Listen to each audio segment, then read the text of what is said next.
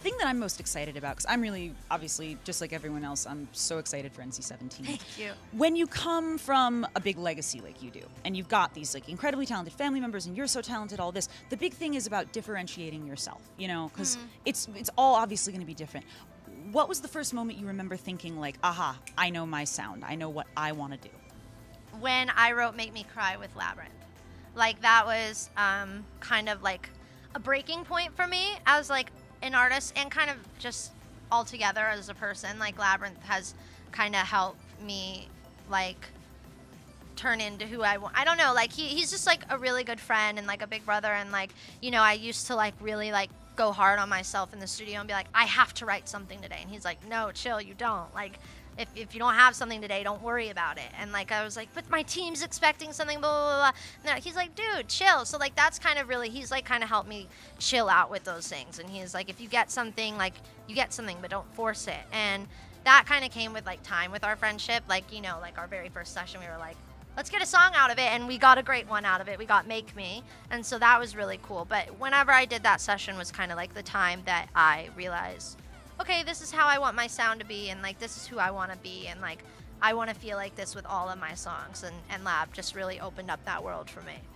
And I can tell, I was lucky enough to hang around for a little bit of your sound check earlier, and from the guys in your band to the sounds in your compositions, you can tell that you're drawing from a huge variety of influences. Yeah. These are pop vocals with rock guitars, and there's country modality in there. I want to know who your big influences were for this record. Who are you listening to while you're writing? Well, my biggest influence for music is my dad. And then I would say right after my dad, it'd be Ben Howard, which it's a very different sound from what I've been, you know, doing for my album and for this music. But lyrically, like, no one's ever made me, like, really pay attention to lyrics as much as he has. And, like, I've never felt a certain way. Like, the way I feel listening to him has never been like that with another artist. But, like, I don't know. When I was 14 and I heard his album, I Forget Where We Were, I just really wanted to write like that. And not, like, in a copying way. Just where I, like, as in write like that, I mean, you know, I wanted to make people feel the way he made me feel. And then I would say after Ben Howard would be Lady Gaga, because she just has kind of taught me how to, like, come into my own skin and, like, really, like, appreciate myself for who I am. And yeah, you are a huge Lady Gaga fan, I've heard, and she's had some really, really epic moments at the VMAs. Do you have a favorite, like, Gaga VMA standout moment? I don't know. I don't think I could ever, like, pick a favorite Gaga moment. Everything she does is great. Everything she does is great. On the topic of great women, one thing that I really wanted to ask you, because I'm a big fan of country music in the vein of, like, the Carter family and Patsy Cline. I'm wondering about great female country singers throughout history. Who, growing up, did your dad play you that made you say, I want to sing like that? That would be a lot of fun. My dad always told me I, like, on certain songs sounded like Dolly Parton. So he had me, like, growing up listening to Dolly, and Miley obviously loves Dolly. So I would say Dolly I listened to the most, and that was kind of like, they always had me listening to Dolly.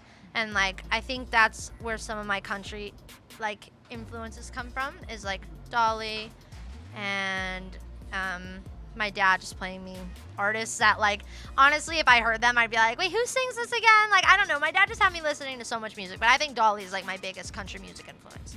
And obviously another fantastic dresser, much like yourself. Dolly's a great-looking lady. Always. Always super fun. And she, like you, also tries to promote. I love her on social media because she's so positive. She's so positive. And I feel like you and your sister and your whole family, you're all just so positive, and your fans really, they see that during your performances. What is the message that you really want them to take away from your performance here tonight? I think just that, like, I'm being myself, because, like, I don't have, like, a full dance for every single song I do. Like, I'm really just up there, and, like, if you see me sad singing Make Me Cry, I'm probably, like, I'm definitely genuinely sad. You know what I mean? Or if I'm having a good time with it, it's because I don't need to, like, force myself to be sad in that moment. Like, I have fun most of my time on stage, you know what I mean? All of it, you know? So, like, it's just kind of, like, whatever I'm feeling in that moment, that's how I am. And, like, it's nothing really faked or, you know, like, I have to do that at that second or anything. Like, if I'm dancing on stage, it's because I want to, you know what I mean? It's just a very, like, real performance, and, like, I'm genuinely having fun. And, like, that's what I would want to show them, that, like, I'm genuinely having fun, and it's not some, like, act for them. You know what I mean? It's, like, I want to be real with them all, like, while I'm on stage. Right. I feel like we're actually, like, kind of At a point in history where with social media and everything, people are obsessed with knowing the real stuff about artists, why is authenticity so important to you? Well, I mean, I think like knowing someone's real self is just like the best way, like for people that want to look up to me, like how are they supposed to look up to me if it's all just like a fake image? And I think that's also what's so great about Miley is she's so open about being herself, and like that is something I really look up to. And like with Gaga, I look up to that, and it's just because like it's great to show people that you're not afraid to like be yourself. And that's what I wish a lot of my fans knew, that if they could just be themselves and not worry about like their makeup looking exactly like somebody else's on Instagram, because you will be so much happier once you do that. Like once you just kind of like say this is who I am, then you find yourself being so much happier. And that's what happened with me. Like once I just kind of like accepted myself, and I still have problems. I'm not saying it's like easy for that, you know what I mean? But like, I don't know. I think that's what is so important, is just showing them that you are comfortable with yourself, and it's okay if you don't look like everybody else, or if you don't, I don't know. It's just, that's what's super important about being yourself and like being different. I think that's the most beautiful message that any artist could possibly pass on to their fans. And you put it so well. Thanks. I'm so excited to see the real you take this here stage at the Avalon tonight. Thank you. You are absolutely lovely, Noah. Thank you so much. Thank you so much.